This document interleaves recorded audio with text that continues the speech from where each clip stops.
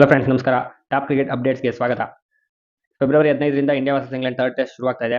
So ಅದಕ್ಕೂ ಮುಂಚೆ ತುಂಬ ಇಂಜುರೀಸು, ತುಂಬ ರೀಪ್ಲೇಸ್ಮೆಂಟ್ಸು ನಡೀತಾ ಇದೆ. ಸೊ ಅದು ರಾಜ್‌ಕೋಟ್‌ನಲ್ಲಿ ನಡೀತಾ ಇದೆ. ರಾಜ್‌ಕೋಟ್‌ನಲ್ಲಿ ಪ್ರೀವಿಯಸ್ ಇಂಡಿಯಾ ವರ್ಸಸ್ ಇಂಗ್ಲೆಂಡ್ ನಡೆದಾಗ ಅವ್ರದ್ದು ಮ್ಯಾಚ್ ಸಮರಿ ಏನಿತ್ತು, ಅವಾಗ ಏನಾಗಿತ್ತು ಅಂತ ನೋಡೋದಾದ್ರೆ, ಇಂಗ್ಲೆಂಡ್ ಅವರು ಫಸ್ಟ್ ಇನ್ನಿಂಗ್ಸ್ ಟಾಸ್ ಗೆದ್ದು ಬ್ಯಾಟಿಂಗ್ ತಗೊಂಡಿದ್ರು. ಸೊ ಅವರು 537 ಬಿಗ್ ಸ್ಕೋರ್ ಹಾಕಿದ್ರು. ಅದರಲ್ಲಿ ಬೆನ್ ಸ್ಟೋಕ್ಸ್ 128 ರನ್ ಹೊಡೆದಿದ್ರು 235 ಬಾಲಲ್ಲಿ. ಆಗ ಜಡೇಜಾ 3 ವಿಕೆಟ್ ತಗೊಂಡು 86 ರನ್ನ ಕೊಟ್ಟಿದ್ರು. ಸೊ ಅದಾದ ನಂತರ ಇಂಡಿಯಾ ಫಸ್ಟ್ ಇನ್ನಿಂಗ್ಸ್ ಆಡ್ತಾರೆ. ಅದರಲ್ಲಿ ಇಂಡಿಯಾ 488 ರನ್ಗೆ ಆಲ್ ಔಟ್ ಆಗ್ತಾರೆ. ಅದರಲ್ಲಿ ಮುರಳಿ ವಿಜಯ್ ಅಂತ ಇದ್ರಲ್ಲ, ಅವರು 126 ರನ್ ಹೊಡೆದಿದ್ದಾರೆ 301 ಬಾಲ್ ಆಡಿ. ಈಗ ನೋಡಿ ಆ 300 ಬಾಲ್ ಆಡೋರೇ ಇಲ್ಲ, ಆ ತರ ಆಗ್ಬಿಟ್ಟಿದೆ ಟೀಮ್ ಇಂಡಿಯಾ. ಸೊ ಅವಾಗೆಲ್ಲ ಆಡ್ತಿದ್ರು ಸಖತ್ತಾಗಿ. ಅದಾದ್ಮೇಲೆ ಅವ್ರ ಕಡೆ ಇಂಗ್ಲೆಂಡ್ ಕಡೆಯಿಂದ ರಾಶಿದ್ ಖಾನ್ 4 ವಿಕೆಟ್ ತಗೊಂಡಿದ್ರು 114 ರನ್ ಕೊಟ್ಟು. ಅದಾದ್ಮೇಲೆ ಮತ್ತೆ ಇಂಗ್ಲೆಂಡ್ ಸೆಕೆಂಡ್ ಇನ್ನಿಂಗ್ಸ್ ಅಲ್ಲಿ 260ಕ್ಕೆ 3 ವಿಕೆಟ್ ಕಳ್ಕೊತಾರೆ. ಎಷ್ಟು ಡಾಮಿನೇಟ್ ಆಗಿ ಆಡಿದ್ದಾರೆ ನೋಡಿ. 3 ವಿಕೆಟ್ ಕಳ್ಕೊಂಡು ಡಿಕ್ಲೇರ್ ಮಾಡ್ತಾರೆ. ಅವರು ಟಾರ್ಗೆಟ್ ಕೊಡ್ತಾರೆ ಇಂಡಿಯಾಗೆ. ಸುಮಾರು ಒಂದು 300 400 ತನಕ ಒಂದು ಟಾರ್ಗೆಟ್ ಕೊಡ್ತಾರೆ.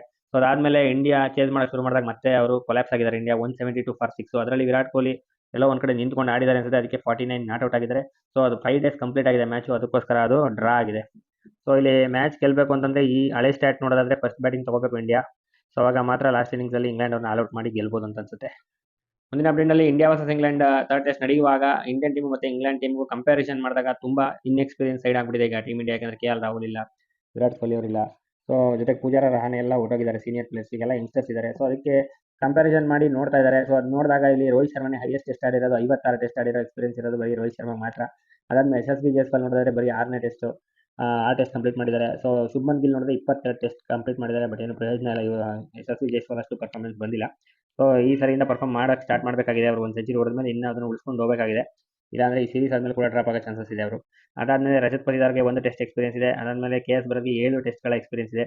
ಅದಾದ್ಮೇಲೆ ಇನ್ನ 3 ಜನ ಬ್ಯಾಟ್ಸ್ಮನ್ ಆಡೇ ಆಡ್ತಾರೆ ಟೀಮ್ ಇಂಡಿಯಾಗೆ ನಾಳೆ. ಅಂದ್ರೆ 15ನೇ ತಾರೀಕು ಆಲ್ಮೋಸ್ಟ್ ಡಿಬೇಟ್ ಕನ್ಫರ್ಮ್ ಅಂತ ಹೇಳ್ಬೋದು. ಸರ್ಫರಾಜ್ ಖಾನ್ ಡಿಬೇಟ್ ಮಾಡ್ತಾರೆ KL ರಾಹುಲ್ ಜಾಗದಲ್ಲಿ. ಸೊ ಅವ್ರಿಗೆ 0 ಎಕ್ಸ್ಪೀರಿಯನ್ಸ್ ಆಗುತ್ತೆ ಈಗ ಇಂಟರ್ನ್ಯಾಷನಲ್ ಎಕ್ಸ್ಪೀರಿಯನ್ಸ್ ಅಂತ ನೋಡೋದಾದ್ರೆ. ಮತ್ತೆ ದೇವದತ್ ಪಡಿಕ್ಕಲ್ಗೂ ಕೂಡ ಡಿಬೇಟ್ ಮಾಡಲ್ಲ, ಬಟ್ ಅವ್ರಿಗೂ ಕೂಡ 0 ಎಕ್ಸ್ಪೀರಿಯನ್ಸ್ ಆಗುತ್ತೆ ಇಂಟರ್ನ್ಯಾಷನಲ್. ಮತ್ತೆ ಇದು ಧ್ರುವ್ ಜುರೇಲ್ ಅವರು as A wicket keeper batsman, ಅವ್ರಿಗೂ ಕೂಡ ಇಂಟರ್ನ್ಯಾಷನಲ್ ಎಕ್ಸ್ಪೀರಿಯನ್ಸ್ ಇಲ್ಲ. ಸೊ ಟೋಟಲಿ ಇಂಗ್ಲೆಂಡ್ ಕಂಪೇರ್ ಮಾಡಿದ್ರೆ ಟೀಮ್ ಇಂಡಿಯಾ ಫುಲ್ ಎಕ್ಸ್ಪೀರಿಯನ್ಸ್ ಇದೆ ಬ್ಯಾಟಿಂಗ್ ಯೂನಿಟ್ ಅಲ್ಲಿ ಅಂತ ಅನಿಸ್ತದೆ. ಮುಂದಿನ ಅಪ್ಡೇಟ್ನಲ್ಲಿ ಈ BCCI ಅವರು ಈಗ ಸ್ಟ್ರಿಕ್ಟ್ ಆಕ್ಷನ್ ತಗೊಳಕ್ಕೆ ಶುರು ಮಾಡಿದ್ದಾರೆ. ಕೆಲವು ರೂಲ್ಸ್ಗಳನ್ನ ಕ್ರಿಯೇಟ್ ಮಾಡೋಕ್ಕೆ ಪ್ಲಾನ್ ಮಾಡ್ತಾ ಇದ್ದಾರೆ.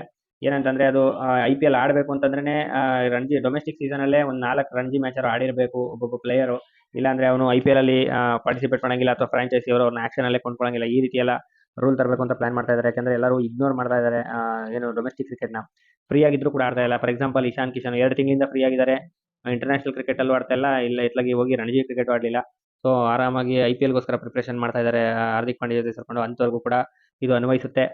ಹಾರ್ದಿಕ್ ಪಾಂಡ್ಯಗೂ ಕೂಡ ಅನ್ವಯಿಸುತ್ತೆ. ಯಾವಾಗ ಫಿಟ್ನೆಸ್ ಕಂಪ್ಲೀಟ್ ಆಗಿದೆ, ಫಿಟ್ ಆಗಿದ್ದಾರೆ ಅಂತ ಅನ್ಸಿದ್ಮೇಲೆ ಅವರು ಬಂದವರು ಇಂಟರ್ನ್ಯಾಷನಲ್ ಈಗ ಟೆಸ್ಟ್ ನಡೀತಾ ಇರುತ್ತೆ. ಸೊ ಟೆಸ್ಟ್ ಫಾರ್ಮೆಟ್ ಅಲ್ಲಿ ಟೀಮಲ್ಲಿ ಇರಲ್ಲ ಹಾರ್ದಿಕ್ ಪಾಂಡ್ಯ ಅಂದಮೇಲೆ ಅವ್ರು ಅಟ್ಲೀಸ್ಟ್ ರಣಜಿ ಬಂದು ಆಡಬೇಕು ಅನ್ನೋದೇ ಒಂದು ರೂಲ್ ತರಬೇಕು ಅಂತ ಡಿಸೈಡ್ ಮಾಡಿದ್ದಾರೆ BCCI ಅವರು. ಇದು ಒಂದು ಒಳ್ಳೆ ರೂಲ್, ಇದು ಬರಬೇಕಿದ್ರೇನೆ ಸೊ ಇಲ್ಲಿ ನಮ್ಮ ಟೆಸ್ಟ್ ಕ್ರಿಕೆಟ್ ಸ್ಟ್ರಾಂಗ್ ಆಗಿ ಸಾಧ್ಯ ಟೀಮ್ ಇಂಡಿಯಾದು.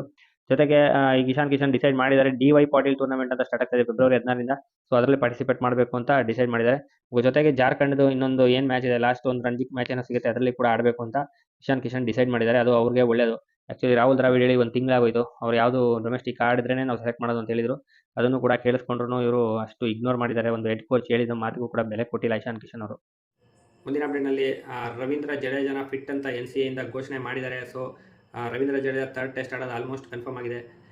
ಸೊ KL ರಾಹುಲ್ನ 90% ಫಿಟ್ ಅಂತ ಡಿಕ್ಲೇರ್ ಮಾಡಿದ್ರು. ಜೊತೆಗೆ ಅವ್ರಿಗೆ ಇನ್ನೂ ಒಂದು ವಾರ ರೆಸ್ಟ್ ಕೊಡೋಣ ಅಂತ ಡಿಸೈಡ್ ಮಾಡೋದ್ರಿಂದ ಅವರು ಥರ್ಡ್ ಟೆಸ್ಟ್ ಆಡ್ತಾರೆ. ಸೊ KL ರಾಹುಲ್ ಬಂದು ಪಡಿಕ್ಕಲ್ನ ರಿಪ್ಲೇಸ್ಮೆಂಟ್ ಆಗಿಬಿಟ್ಟಿದ್ದಾರೆ.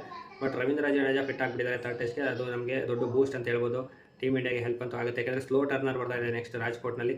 ಸೊ ಭಯಂಕರ ಹೆಲ್ಪ್ ಆಗುತ್ತೆ. ರವೀಂದ್ರ ಜಡೇಜಾ ಚೆನ್ನಾಗಿ ವಿಕೆಟ್ಸ್ ತೆಗಿಬೋದು ಅಂತ ಅನಿಸುತ್ತೆ. ಸೊ ಇದಾಗಿತ್ತು ಫ್ರೆಂಡ್ಸ್ ಇವತ್ತಿನ ಟಾಪ್ ಕ್ರಿಕೆಟ್ ಅಪ್ಡೇಟ್ನಲ್ಲಿ. ನಿಮಗೆ ಯಾವುದೇ ಕಂಟೆಂಟ್ ಮೇಲೂ ಕೂಡ ನಿಮ್ಮ ಅಭಿಪ್ರಾಯಗಳನ್ನ ಕೂಡ ಕಮೆಂಟ್ ಮಾಡಿ ತಿಳಿಸ್ಬೋದು. ಹಾಗೆ ವಿಡಿಯೋ ಇಷ್ಟ ಆಗಿದ್ರೆ ಲೈಕ್ ಮಾಡಿ, ಚಾನಲ್ನ ಸಬ್ಸ್ಕ್ರೈಬ್ ಮಾಡಿ. ವಿಡಿಯೋ ನೋಡಿದ್ದಕ್ಕೆ ಧನ್ಯವಾದಗಳು.